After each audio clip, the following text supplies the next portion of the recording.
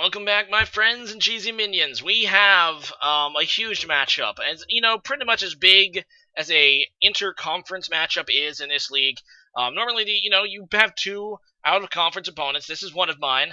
Yeah, I through the luck of the draw, got one of the hardest ones imaginable. He's the league reigning champion of the NGDL. And he has an incredibly scary roster, and if you don't know why yet, don't worry, I'll get to that, but this is the Cincy Scizors, this is Vizually, and yeah, he's an intense battler, he's a really great battler, and yeah, he started off really hot, 2-0.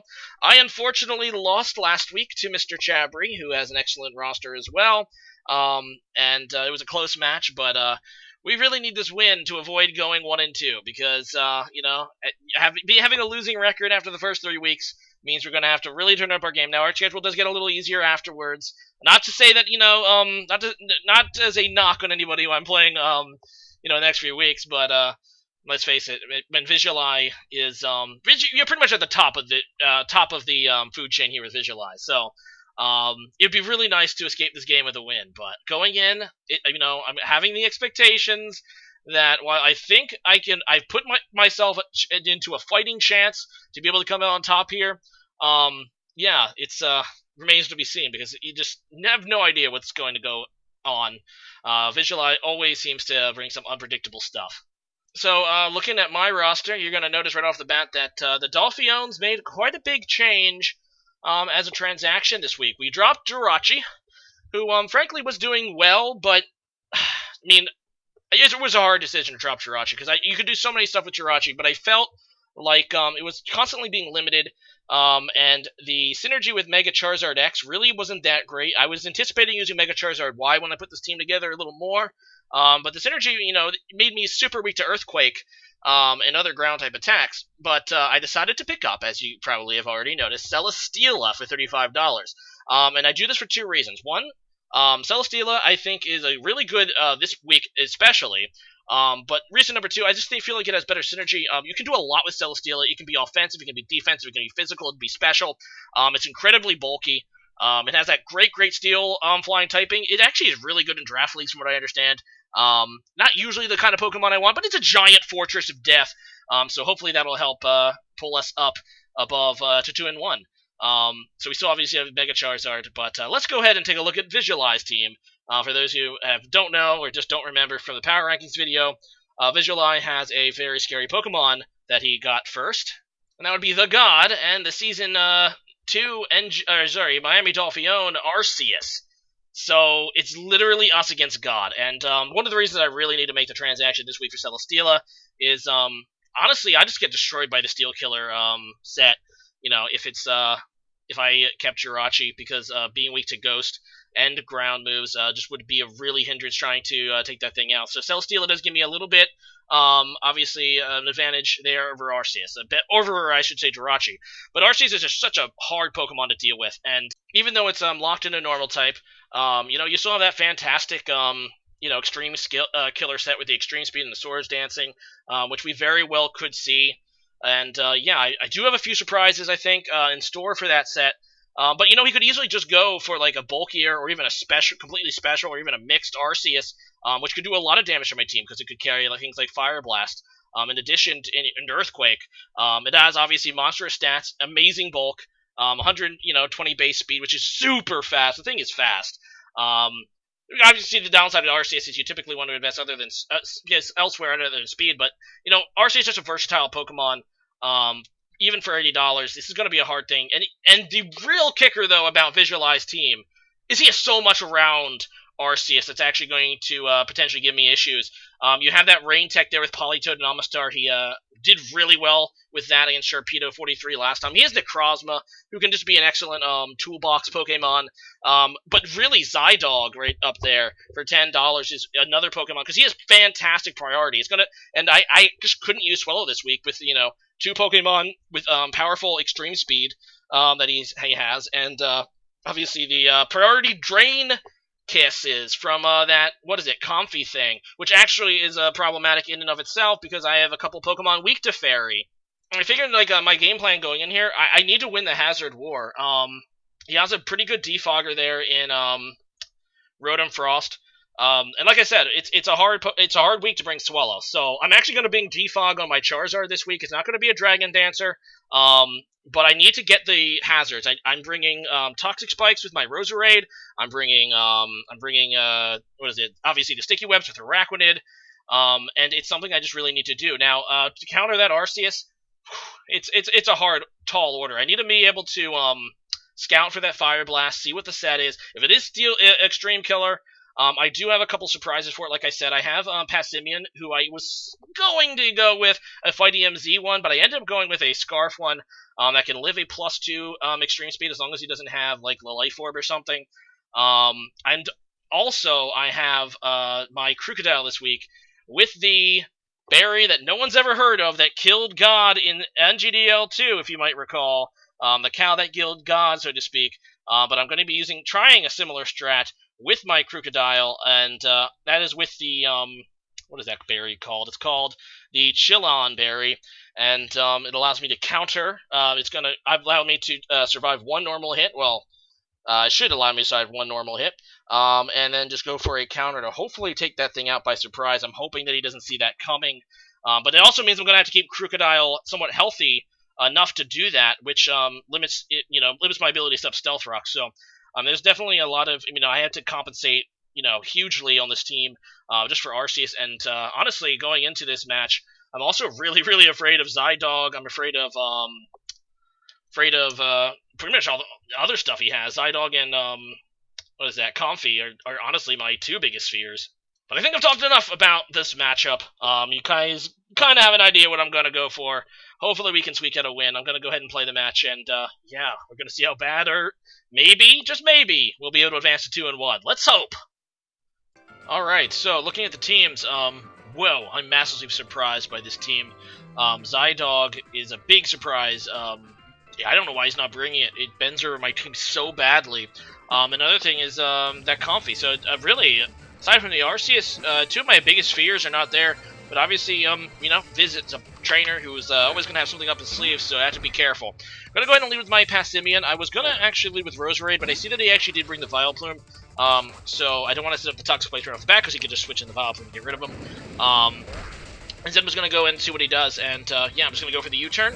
I am an Adamant Passimian, as I think I called, but it's still obviously fast enough to outspeed with a Scarf. And get some decent damage with a super effective U-turn, as he just goes for the Stealth Rocks. I knew he was just going to do that, so obviously I had to go into a Charizard, who is my only defogger this week, because I'm not bringing Swallow, and obviously if I would have waited to do that, I would have had to take 50% on switch in, which is just not good, so no. Now I'm going to go ahead and Mega Evolve, going to go for the Defog, and interestingly enough, he's going to bring into the Stonkatonka, and I guess he just has no fear of Earthquake. But yeah, the Defog's going to get rid of those, and I'm just going to go ahead and switch right back into Passimian, fearing a Rock move. And yeah, I'm pretty confident I can take a Rock move okay, since I did bring a little bit of bulk on this Passimian. But no, he's just actually going to switch back out into his Necrozma. I guess really wanting those Stealth Rocks up, and yeah, I'm just going to go for the U-turn again. There's really no reason for me not to do it. I was tempted to not go into Charizard, thinking it was too predictable. I ended up getting the crit, though, with the U-turn. So I'm like, okay, I can definitely kill the Charizard. So let's just go into Charizard, see if he just goes for the rocks again, and he does. So I'm like, okay. He could just go for the Stealth Rocks again. Just try to, make sure he gets them up, force me to kill the Necrozma. I'm just going to go for the Defog anyway, just to see if he is going to let me get rid of them. And he ends up letting me get rid of them, going for the Photon Geyser, and that does a ton of damage to my Charizard. Hits me down to yellow, and I'm like, oh wow, that was a ton of damage. Just gonna go ahead and finish this thing off now with the Dragon Claw. So that is gone. Yeah, Charizard is not looking so hot. And in comes Stonkatonka again. I'm like, does this guy really bring... He might have brought dual Stealth Rocks. This thing could be a Stealth Rock or two. I'm just gonna go for the Roost, just to see what he's gonna do. It's actually kind of a risk, because if he goes for a Rock move here, my Charizard is probably dead. But no, he just goes for a Trick Room, which I'm like, holy god! There's the wrinkle that I did not expect. Trick Room, okay. This is dangerous. I don't want to take a Stone Edge or even a Rock Slide, frankly, so I'm going to go into my Celesteela, who should be able to take that okay. But thankfully the Rock Slide misses. And then he goes for a Stone Edge, and that's going to crit. And that's going to hit my Celesteela down to half, which is really not good, because I need to keep the Celesteela, preferably healthy for Arceus. But, instead, yeah, that Stone Edge does more than half. I went for a Flash Cannon here. I really should have just went for a Leech Seed, but I kind of thought maybe he'd go in a Vileplume.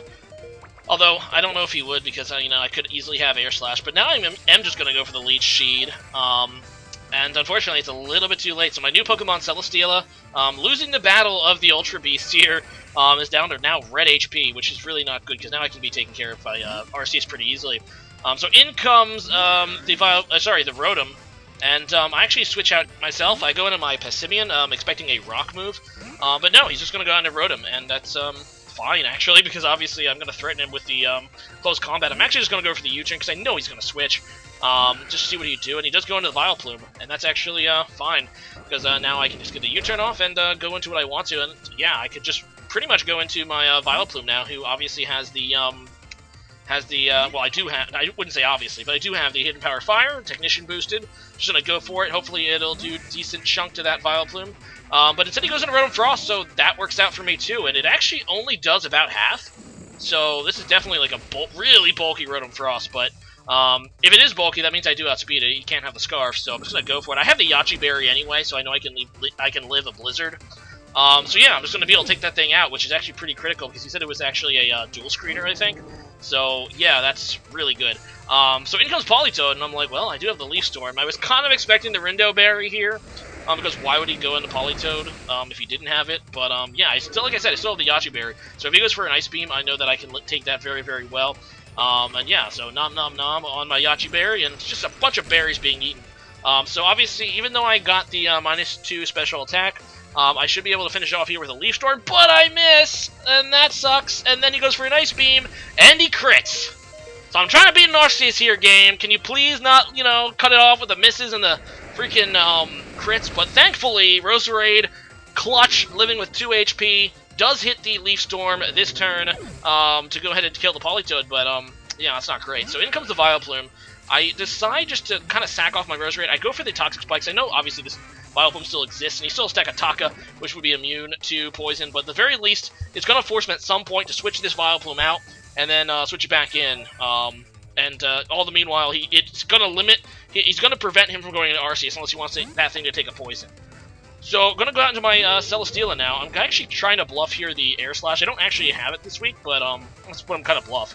But no, in comes the Stakataka. So he is going to wisely go into Stakataka.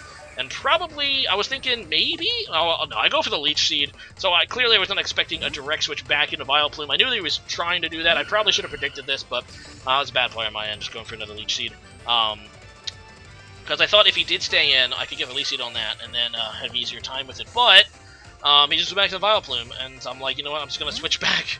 I'm going to go into my Charizard, because unless he has like the Sleep Powder, yeah, he's nothing to really do to me. And he does go for the Sleep Powder, but he misses. And you know what, I don't even feel bad after that freaking crit nonsense and the miss nonsense. Whatever, Flare Blitz, go away Vileplume. So Vileplume does go down. He does have the Rocky Helmet, and plus I take the recoil, so I'm down to 32 HP.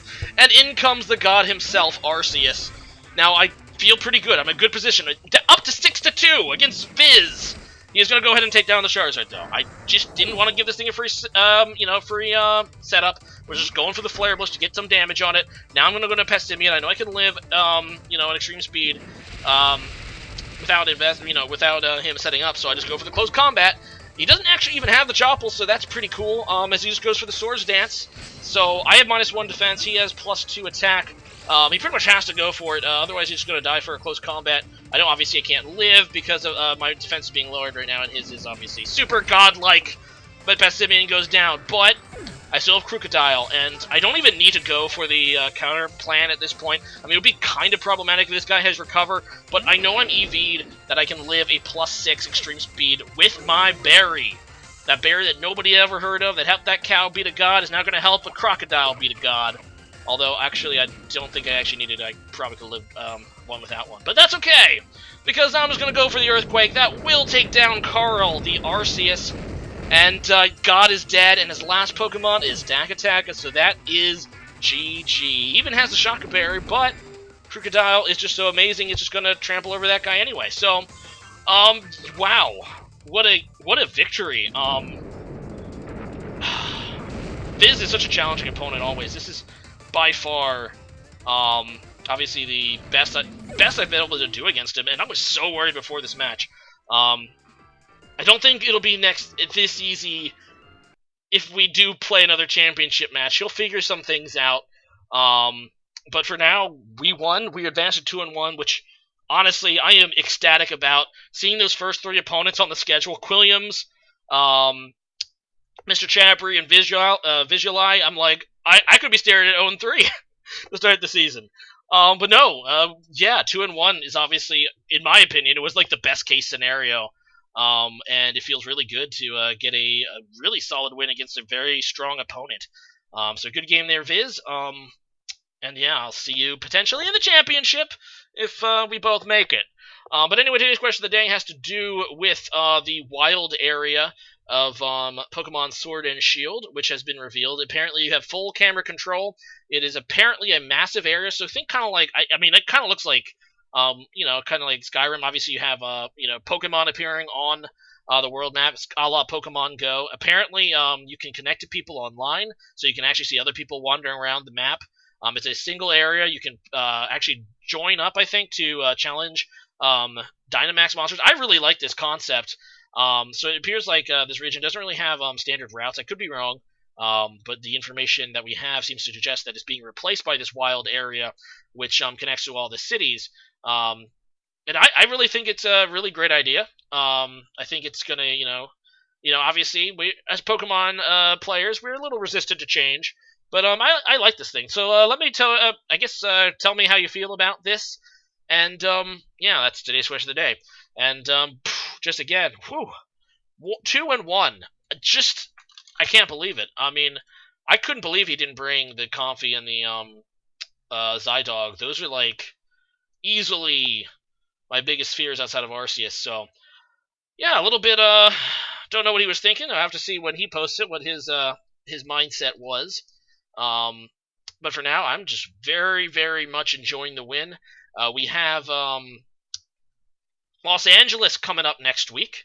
Los Angeles, Lucario. He was in my division last year. One Crash 94. It's actually my second out of conference match. So we have him knock him out, both of them in a row. So hopefully we can pick up another win there and continue the hot streak to the season. So yeah, whoa.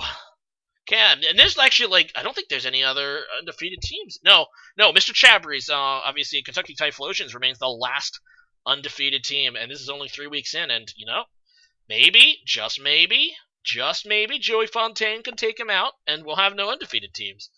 So, yeah, see you guys again next time. I am so happy with this result. Alright, later, guys, bye.